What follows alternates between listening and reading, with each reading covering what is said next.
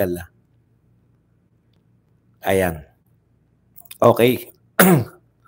So, ulit. Magandang araw sa atin lahat mga kababayan. Saan man panig kayo ng daigdig naron, dito na naman tayo sa another episode ng ating vlogs. Badong Aratlis po. Pag-uusapan natin yan, ito po, no? Si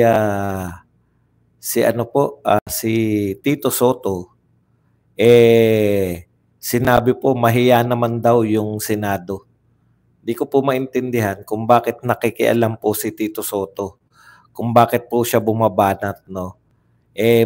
Kung matutuloy po sa 20th Congress, magiging ano po siya, magiging senator judge. Ay, pasensya na po kayo kasi kagigising ko lang. Wala naman tayong sakit. Talagang hindi lang kayo sanay siguro na sumisigaw ako. Kailangan well-modulated voice lang tayo. Okay, kasi bukas, nakaano lang po ako, malapit lang po dito sa Makati. Naka-hotel lang po ako. Malapit sa Makati. Kaya, kasi sa Makati po yung ano namin Sa Makati po yung aming radio station. Kaya bukas, ako pa rin po ang salang. No? Yun nga po yung sinasabi ko. Yung sinasabi ko po, isa siguro yun sa pinakamagandang episode. Yung masaya kaming lahat. Yung, alam niyo yun, tapos na high na high pa kaming tatlo. Si Bisdak, ako at si BMR.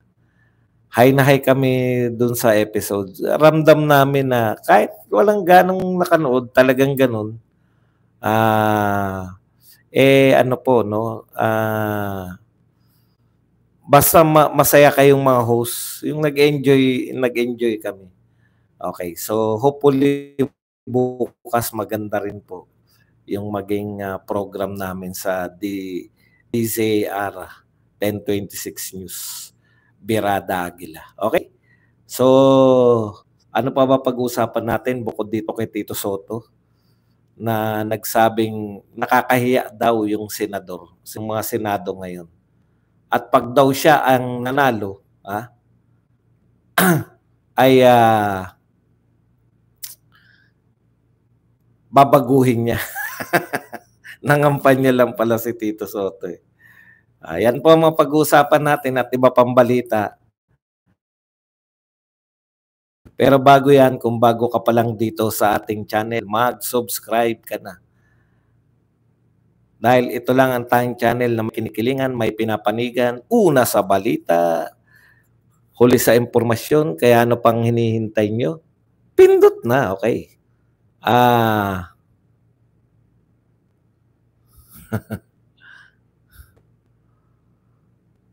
Yung may gusto kong ilinaw doon, may pinapakita po kasi doon na parang may nagtutulak kay Amy.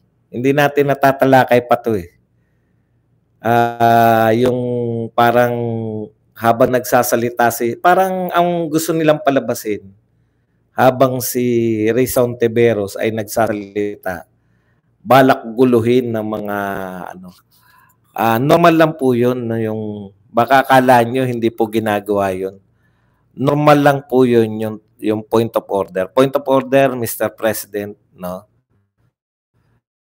Kasi piniplay nila masyado na pinagtulungan si Hontiveros, no? Piniplay nila masyado. Yung video.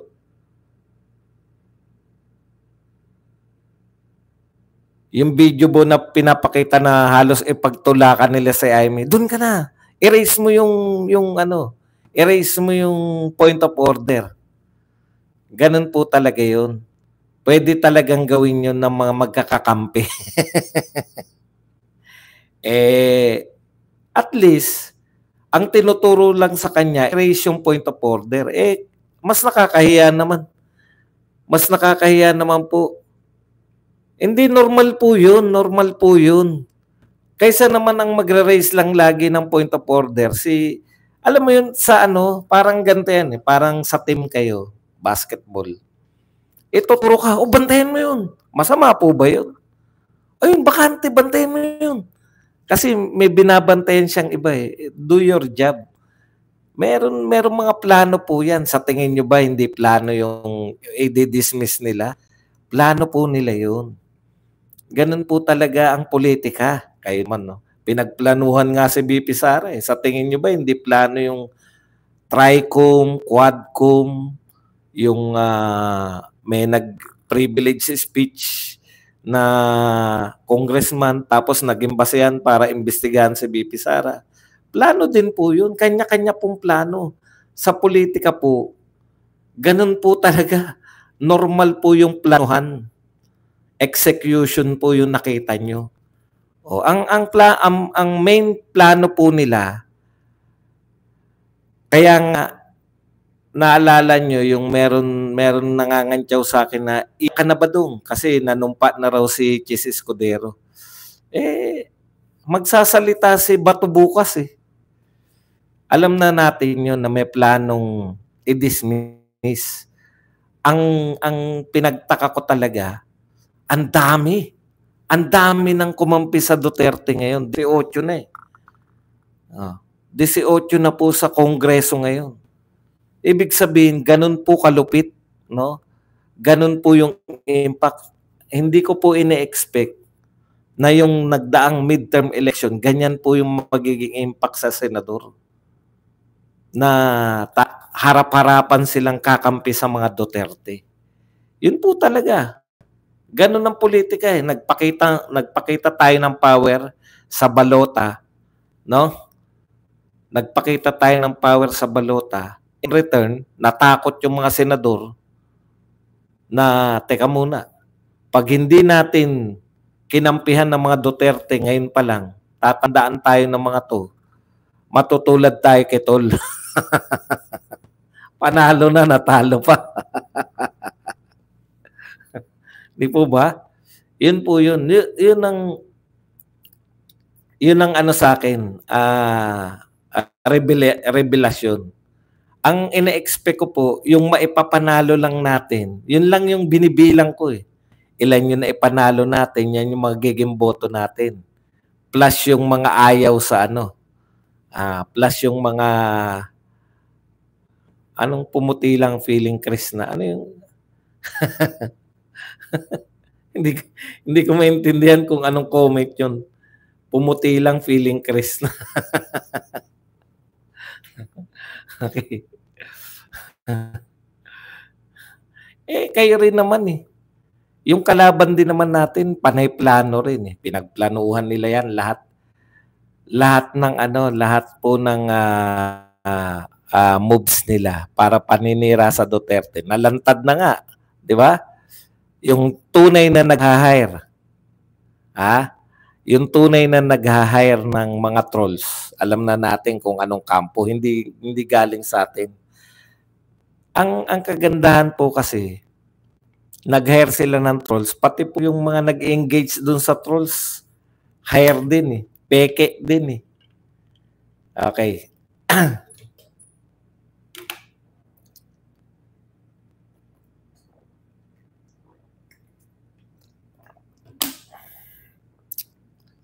Punta po tayo dito sa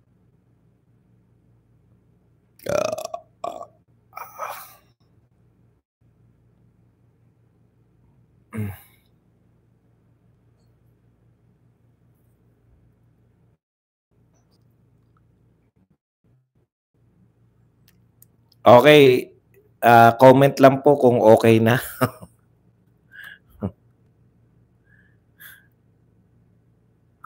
Pag okay na po, mag-1 lang po para okay na. Ginawan ko na ng para. Alam ko na panlaban dyan sa gurgur na yan. Okay na po, 1 na. Balik na po kayo. Okay na siguro.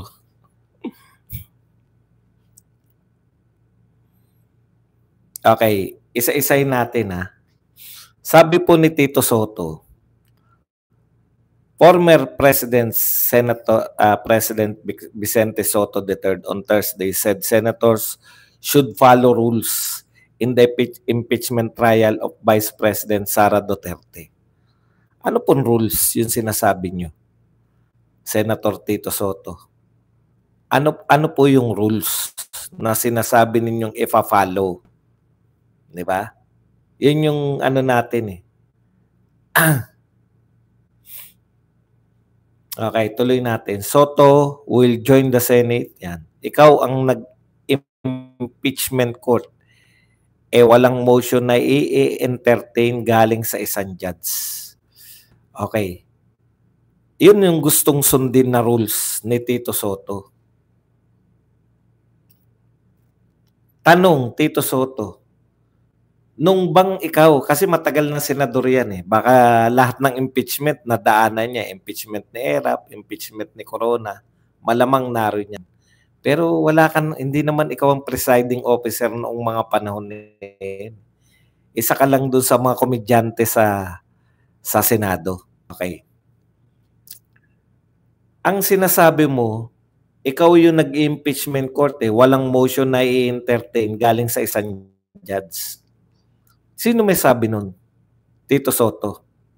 Ikaw? Ikaw yung nagsabi? Hindi porket, hindi porket walang nag-motion sa inyo noon, ay ganyan yung gagawin mo. Tanong ko lang sa'yo, Tito Sen. Nung panahon ba na nakaupo ka sa impeachment? Halimbawa yung kay Erap. Okay. Halimbawa yung kay Erap na impeachment. Meron ba nagpasa ng first impeachment, second impeachment, third impeachment, tapos fourth impeachment yung pinadala? Di ba? Yung bang sino pa ba yung in-impeach? Si Corona. Meron bang first impeachment, second impeachment, third impeachment, tapos fourth impeachment yung pinadala sa Senado? Malamang wala. Kasi nasubaybayan ko yan lahat eh. Walang pinag-uusapan na first impeachment. Walang tatlong impeachment na nauna. Lagi yung impeachment, natatandaan ko nga yung kay Erap eh. Dahil haharangin ng majority, hindi po majority yung pumirma eh. 1/3 lang eh. Kinuha lang po nila yung 1/3 eh. Balak na po. Ito, ang ganda po nun. Napaka-dramatic po nun. No? Ang drama po nun. Dahil majority ng congressman, haharangin nila yung impeachment. Kaya ang ginawa ng then Speaker Manny Villar, siya kunwari yung namuno sa pagdadasal. Okay. Kasi ang kinakailangan po ng impeachment para maipasa sa Senado ng direkta, 1/3 lang. So 1/3 lang po ng mga congressman. Ibig sabihin, nakuha nila yung 1/3 pero mas marami yung ayaw ma-impeach sa Erap. Rise Up Pinoy. Boss Buds, more power sa iyo and sa new career mo. Thank you very much, Rise Up Pinoy. Yan. Sa pakape. Meron pang nauna nagpakape. Si Inday Osang. Thank you very much sa 199 pounds na pangkape. 2 euros kay Rise Up Pinoy. Okay.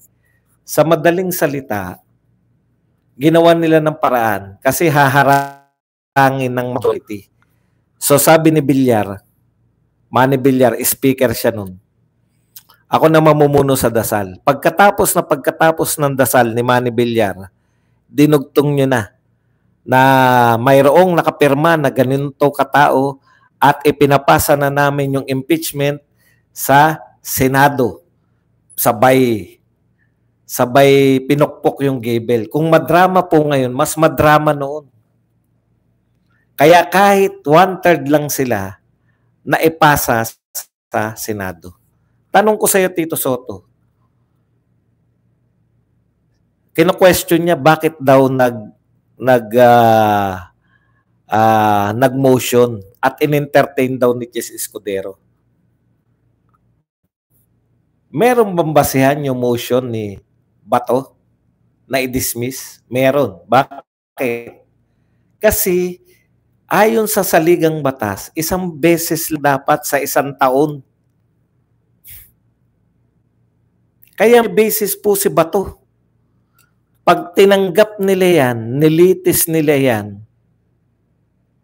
at na sinabi na Supreme Court na illegal yun na kumbaga, nakasalang sa impeachment court ay sa Supreme Court, kino-question ni BP Sara, bakit may 3 hindi pinansin, yung ika-4 yung dinala sa Senado. Valid yun. Tito Soto. Tanong, ipinagbabawal ba? Sabi kasi ni Tito Soto, ikaw ang judge, pero magmo-motion ka, dapat hindi in-entertain. Ang tanong sa'yo ni Chis Escudero, bawal bang mag-motion? Yung mga judge? Between sa'yo yan eh. Sabi mo, hindi dapat nagmo-motion. Dapat lang yung sa'yo eh. Ang tanong naman, pinagbabawalan bang mag-motion? Kung hindi bawal, pwede. Di ba? Kung hindi bawal, pwede. Ano ba sinasabi ni Mon Cruz? Baka naman kaya natin sagutin. Minura ba ako? Baka huwag naman po tayong masyado mainit. Baka wala akong sasagutin na negative mamaya. Ano ba yung sinabi man lang? Para magkaroon man lang ako na ideya. Kasi talagang nalilito po, marami po talagang kalituhan. Ang gusto ko po mag-concentrate po kayo. Pag meron po kayong hindi maliwanagan, sira ulo ka daw. Dapat tanggalin niya. Okay lang yun. Okay lang yun. Kala ko kumukontra lang. Pag mga ganyan to ang wordings, tanggalin nyo lang dapat. Okay. Balik tayo. Kino-question nyo na hindi nyo namang ginawa yan nung ikaw ay member ng Senado kasi hindi rin namang ginawa ng mga congressman na yung ika-4 na impeachment complaint, yun ang ipapasa nila. Ibig sabihin, nabutasan sila na ba ito? Precisely, nabutasan sila. Ganun talaga. Huwag tayong magpikian. And anong neutral? Kalokohan po yan, neutral. Ako, tapat po ako sa inyo. Hindi po totoo yung neutral na yan. Magtapatan po tayo. Hindi po yan totoo. Wala po neutral. Si Soto may kinakampihan, di ba? Kampi siya, ma-impeach si BP Sara.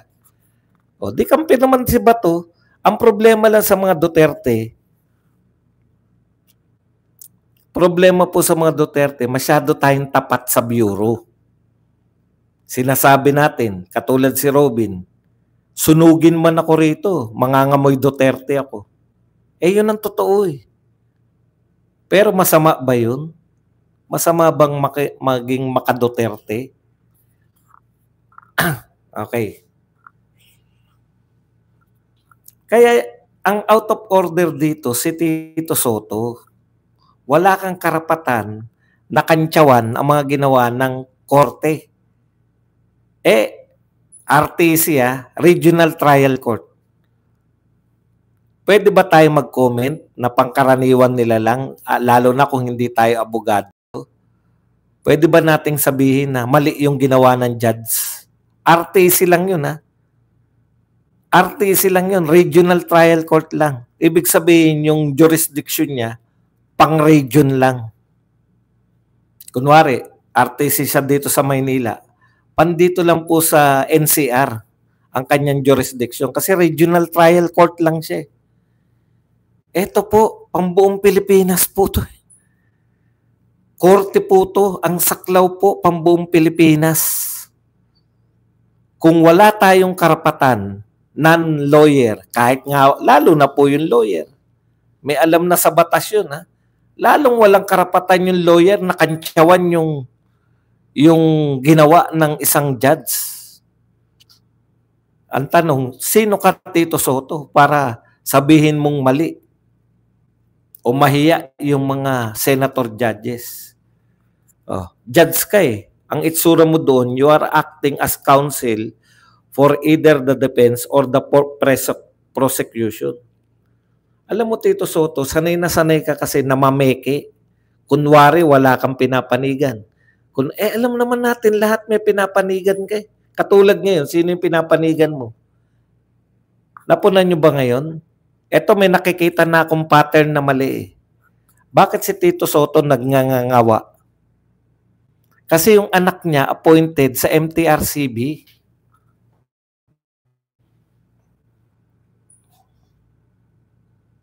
Di ba?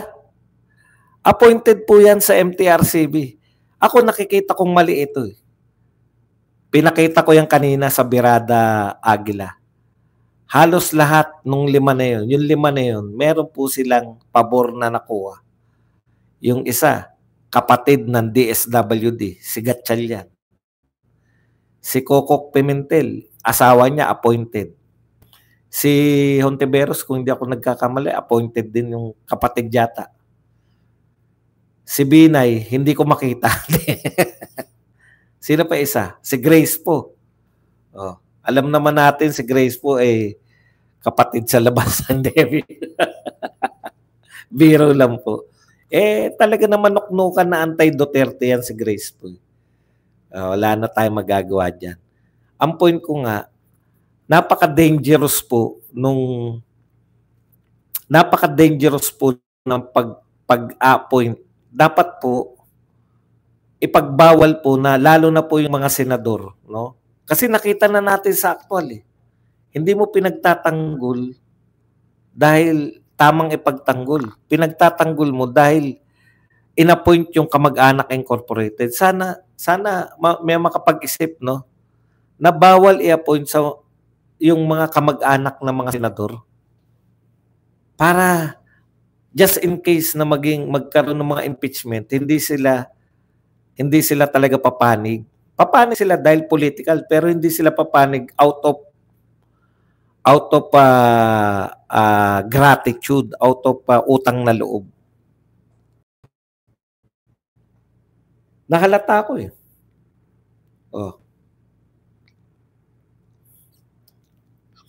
Okay. Kaya ang pangit labas eh, no? Pero pag nagsalita, akala mo fair siya. Ito pa mga sinabi. Biruin mo, questionin mo. Nasa hotel kasi. Sayang. Naghang. Okay. Pakiano po. Okay. Pakiano po kung okay na tayo.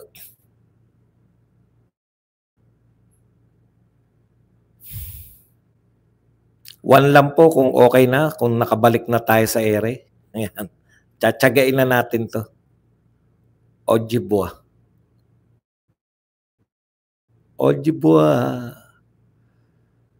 Nakaka-PI ka.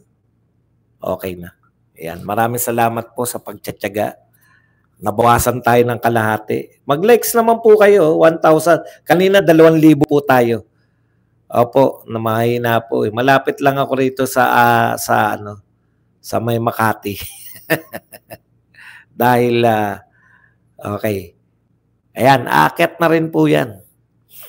Ito po pinagmamalaki ni Tito Soto eh. Ang procedure sa amin nung araw sa impeachment court, ang pwede lang mga senator judges, they can ask questions for clarification. Sabi pa niya, tapos ang question pa ni Tito Soto, naipresenta na ba ng mga prosecutors yung articles of impeachment para sa masabi yung may infirmities? Alam nyo, Tito Soto, hindi kinakailangan na maipresent. Kasi pag present na nila, ibig sabihin tinatanggap nyo na eh. Good moves yung kay Bato. Kasi pag na-present na nila yan, tapos tinanggap ninyo, hindi ninyo ni-raise yung pagpapadismiss. No? Kaya po ni-raise yun ni Bato, yung motion na yun. Actually, hindi po yun ni-raise ni Bato sa before pa nga eh. Kaya hindi nyo pwedeng sabihin si Bato na nasa impeachment court na. Ni-raise yan ni Bato, wala pa sa impeachment court. So, sabi ng mga senador, mag-impeachment court muna tayo bago mo i-raise yan. So, ni-raise niya bago yung pagkatapos nila mag-impeachment court. O ngayon, sinasabi niya, hindi pa nga pinipresent yung mga articles of impeachment. Yun na nga, Tito Soto eh. Pinagpipilitan mo kasi yung naganap sa inyo nung araw. Nung araw naman, unang impeachment lang yung mga sinalang, katulad kay Erap, at saka yung kay Erap at saka yung kay Chief Justice Corona. Isa lang yung impeachment na pinag-usapan dun sa Kamara. Yun yung pinasa nila sa Senado. Hindi mo ba maintindihan? Ito, 4. Sinasabihan mo bakit sila nag-aabogado. Parang ang binibintang, parang nag-aabogado yung mga sila Bato kay BP Sara. Dapat pinayuhan mo yung mga congressman mo. Yung mga kinakampihan mong mga congressman, dapat pinayuhan mo na yung unang impeachment pa lang, pinasa na nila dapat. Sila yung gumawa ng maibubutas sa kanila. Ganun talaga. Ang tanda mo na sa Senado eh. Ang tanda mo na sa politika eh. Literal Literal na matanda ka na sa politika. Pero hindi mo pa rin maunawaan. Ay pinagpaplanuhan. Sa bagay, malamang hindi ka kalagi kasama sa plano. Binababaan ka lang. Ito gagawin mo, ito baka kasama ka lang sa binababaan ka lang. Hindi ka talaga kasama sa mga nag-utak na nagpaplano. Kasi natural yun. Pepekein pa ba natin na si Bato hindi kakampi ni BP Sara? Ano pa ba ang lihim dyan? Kinakailangan pa bang magkunwari ni Bato? Sabihin ni Bato, hindi ako Duterte Sunugin nyo man ako, hindi ako mangangamoy Duterte Ano ba namang klase yan? Alam naman natin yan lahat. Alam din namin, kaya 18-5 ang boto. Kasi manliligaw yan lahat. Hindi na kami galit sa kanila, sa mga 18. Ganun lang naman, di ba? Pinaburan nyo kami, papaburan din namin kayo, balang araw.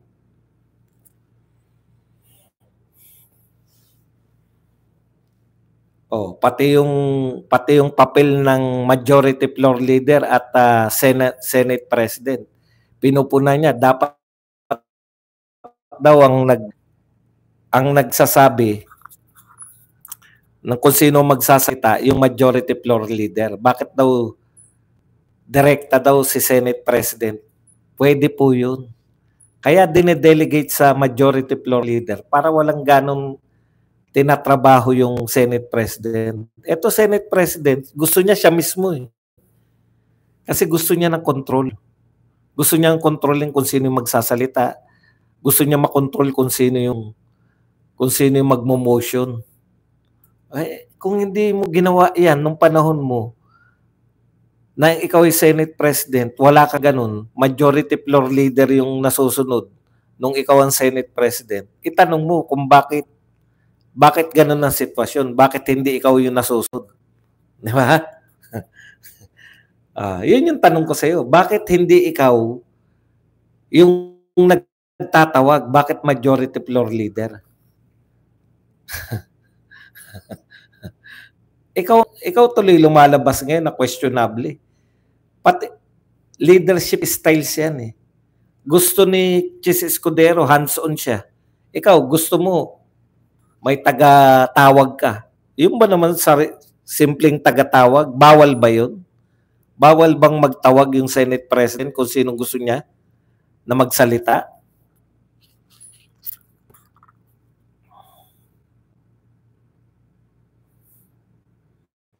Ako sa totoo, ngayong merong mga usapin ng impeachment, dapat ang Senate President natin abogado. Para pag binanatan, tingnan nyo, binabanatan siya ng mga congressman. Pinaalalahanan ni Chis Escudero, di ba? Ano sabi? Ano sabi ni Chis Escudero? Baka nakakalimutan nyo, hindi tayo co-equal ngayon. Dati kasi co-equal eh. Senators at mga congressman, co-equal sila. Hindi tayo co-equal ngayon dahil kayo, abogado kayo, prosecutor kayo, kami, judge. Hindi nyo pwedeng questionin yung sinabi ng judge. Di ba?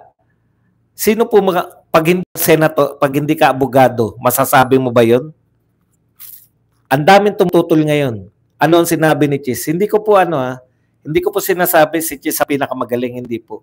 Natutuwa ko kasi abogado. Kasi kita nyo, ano sabi ni Chis? Sa lahat ng kumu-question, isa lang po ang pwedeng magsabi sa amin kung illegal o legal ang aming ginagawa. Yun po yung Supreme Court. Kasi kung hindi ka abogado at maingay po yung mga abogado ng kabila ng prosecutor na mali yung ginawa, mali yung ginawa ng Senado. Dami nag-iingay na abogado ngayon. O ano yung sinabi ni Chis Escudero dahil siya ay hindi po ako maka-Chis Escudero, maka-Duterte po tayo. Pagtanggol naman natin yung mga pumapabor sa atin, di ba? O ano sabi ng abogado? Kung may angal pala kayo, di magsampa kayo sa Supreme Court. Tapos na yun. Tinapos niya na yung kaso. Ay yung angal. Ngayon, kung may aangal pang iba, asawa ni Winnie Munsod, umaangal. Abogado ka naman. Munsod, magsampa ka sa Supreme Court. Lahat ng aangal na abogado naman kayo, magsampa kayo.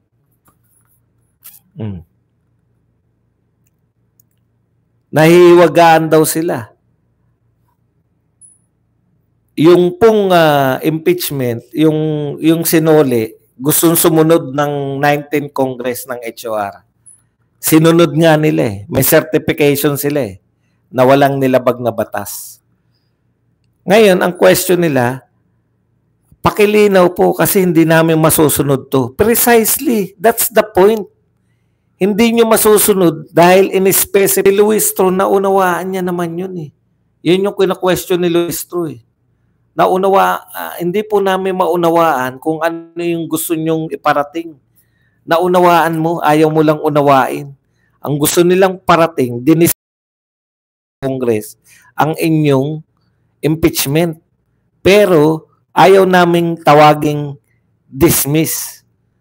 Kasi yung tanong na bata pang abogado, ano walang bawi yan? Kahit hindi nyo tanggapin, sino maglilitis? Adjourn na. Adjourn na po.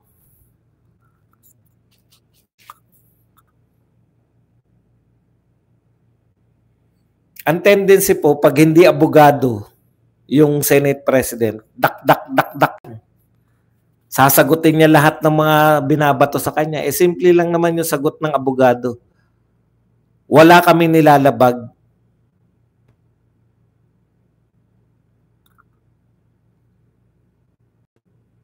Wala kami nilalabag. Ngayon, kung sa tingin nyo may nilabag kami, punta kayo sa Supreme Court.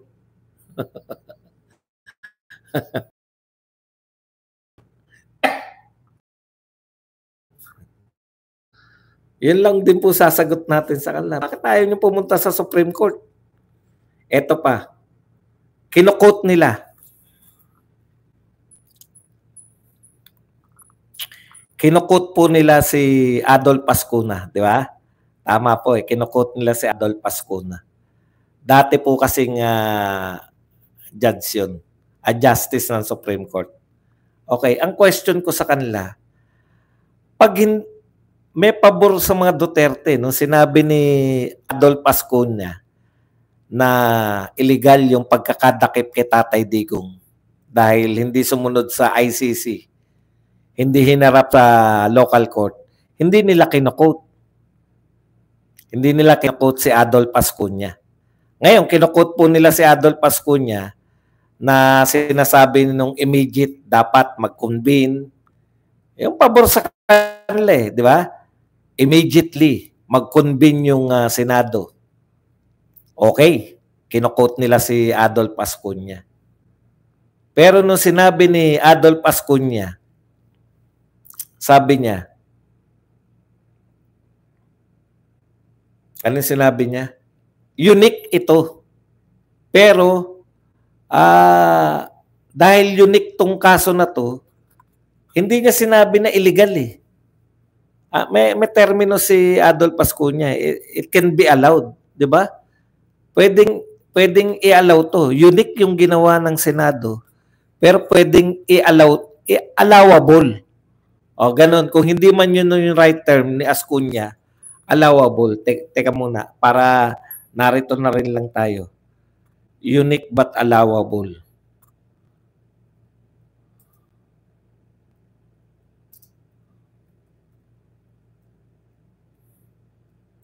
Ascuña. Tignan ko lang. Yun. Unprecedented, sabi niya. Unprecedented but allowable. Ano po ibig sabihin ng unprecedented? Wala pang nakakagawa nito. Pero allowable.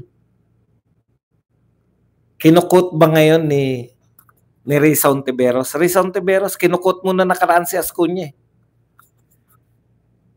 Yung forthwith. Di ba? Kinukot nila si Acuña sa forthwith eh.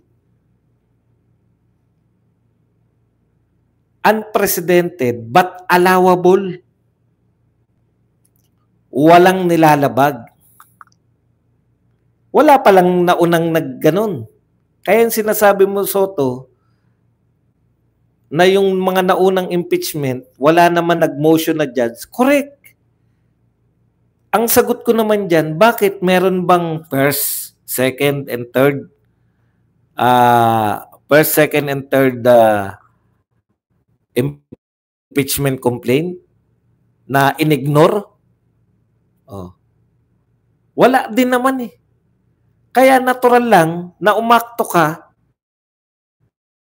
kung ano yung bago. Bago rin yun eh. Nakuha po nyo? Bago rin po yun sa pandinig na pwede lang ignore. May nagpasa ng first, second at third complaint. Pwede mo palang ignore yun para ang papirmahin mo lang yung fourth complaint. Unprecedented din po yun.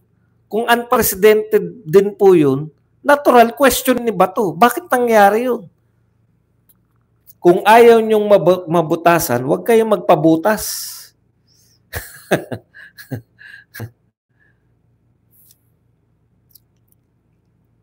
Hindi po, Enel. Mali po yan. Mali naman yan. No? Hindi naman nila sinabi na, hindi naman nila pinangungunahan eh. Tinatanong sila. Sumikat si Ascuña eh. Tinatanong sila. Magbibigay ka, bakit ka, bawal ba yun? Ang pagbibigay ba, ibig nyo sabihin,